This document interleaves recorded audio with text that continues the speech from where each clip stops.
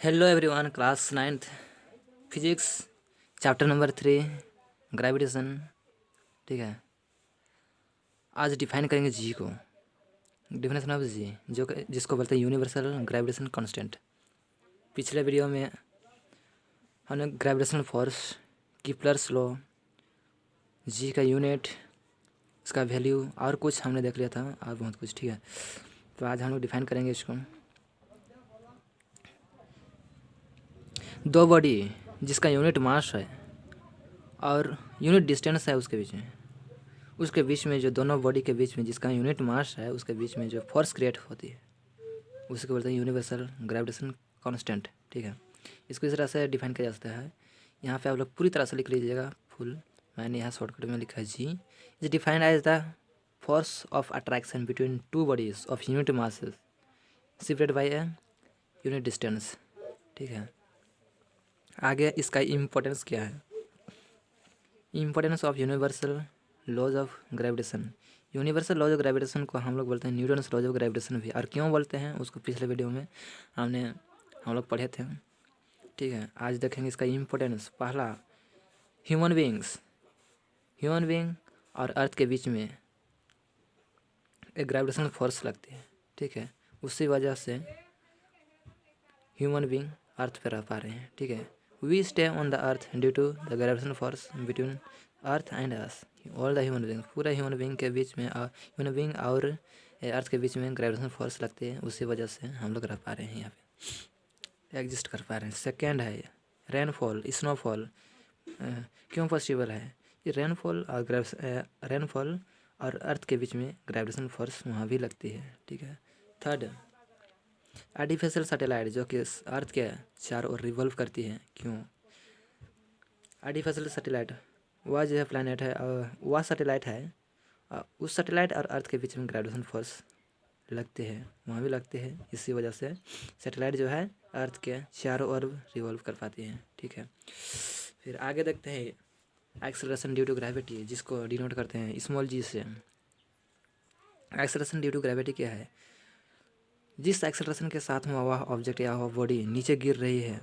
ठीक है, ग्रेविटेशन अर्थ के ग्रेविटेशन की वजह से, अर्थ के ग्रेविटी के वजह से वह ऑब्जेक्ट या बॉडी जिस एक्सेलरेशन के साथ नीचे गिर रहे हैं उसी एक्सेलरेशन को एक्सेलरेशन ड्यू टू ग्रेविटी बोलेंगे। ठीक है, the acceleration with which a body fall toward the earth due to earth gravitational pull is known as acceleration due to gravity.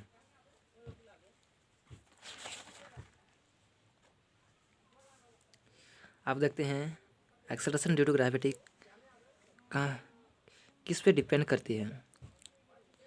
ये जी है, दो चीज़ों में डिपेंड करती है, मास पे और रेडियस पे। यहाँ देखिए डायरेक्टली प्रोपोर्शनल है मास के और इन्वर्सली प्रोपोर्शनल है इसका रेडियस के स्क्वायर के इन्वर्सली प्रोपोर्शनल है। ठीक है, ये जो मास है मास ऑफ द अर्थ है और ये जो रेडियस है रेडियस ऑफ द अर्थ है। देख लिए यहाँ पे कहाँ पे डिपेंड करती है एक्सेलरेशन ड्यू टू ग्रेविटी। अब आगे देखते हैं नेक्स्ट इम्पोर्टेंस है एग्ज़ाम के लिए। जितना भी इम्पोर्टेंस है एग्ज़ाम के लिए सारे चीज़ लेकर आए हैं। डिफरेंस पहले देखते हैं स्मॉल जी का। फर्स्ट पॉइंट, ये जो जी है value of g surface of the earth में 9.8 मीटर पर सेकंड स्क्वायर होती है, जिसको नियरली 10 मीटर पर सेकंड स्क्वायर भी लेते हैं। ठीक है, और सेकेंड पॉइंट, ये जो जी है डिफरेंट प्लेस पे डिफरेंट वैल्यू होती है इसका। मून पे कुछ और रहेगा, अर्थ पे कुछ और रहेगा, सन पे कुछ और रहेगा। ठीक है, सेम नहीं रहती है। और तीसरा चीज़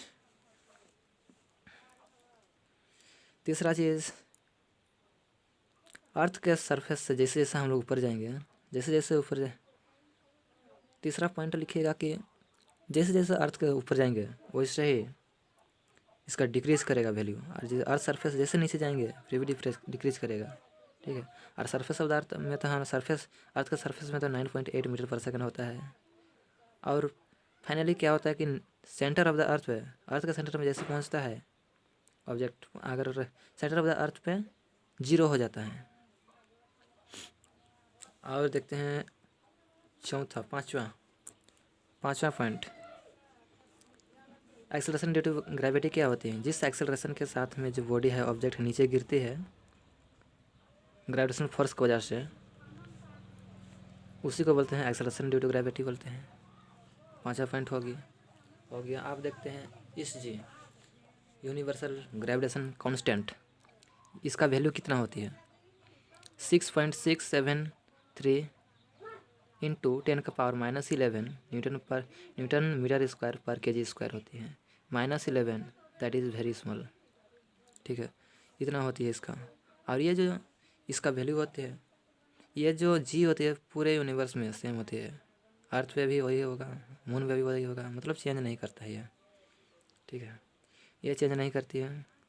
हाइट पे अर्थ का सरफेस से जैसे ऊपर जाएंगे फिर भी चेंज नहीं करेगा, नीचे जाएंगे फिर भी चेंज नहीं करेगा। चौथा, सेंटर ऑफ द अर्थ में भी जीरो नहीं होगा, कहीं पे जीरो नहीं होगा, सेंटर ऑफ द अर्थ में भी नहीं होगा और कहीं भी, और मून पे भी कहीं पे मतलब जीरो नहीं होगा ये। 5वां, ये ग्रेविटेशन, ये जी क्या होते हैं यूनिवर्सल ग्रेविटेशन कांस्टेंट क्या होते हैं, दो बॉडी जिसका दोनों बॉडी का मास यूनिट मास होगा और यूनिट डिस्टेंस होगा, उसके बीच में ग्रेविटेशन फोर्स लगती है ना, और उसी को क्या बोलते हैं हम लोग यूनिवर्सल ग्रेविटेशन कांस्टेंट कहते हैं। तो यहाँ पर देखिए the gravitation force between two bodies of unit masses shifted by a unit distance is known as universal gravitation constant. 5वां पॉइंट ओके, यहीं पे रखते हैं।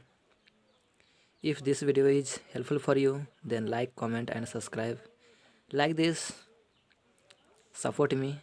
Thank you. Bye.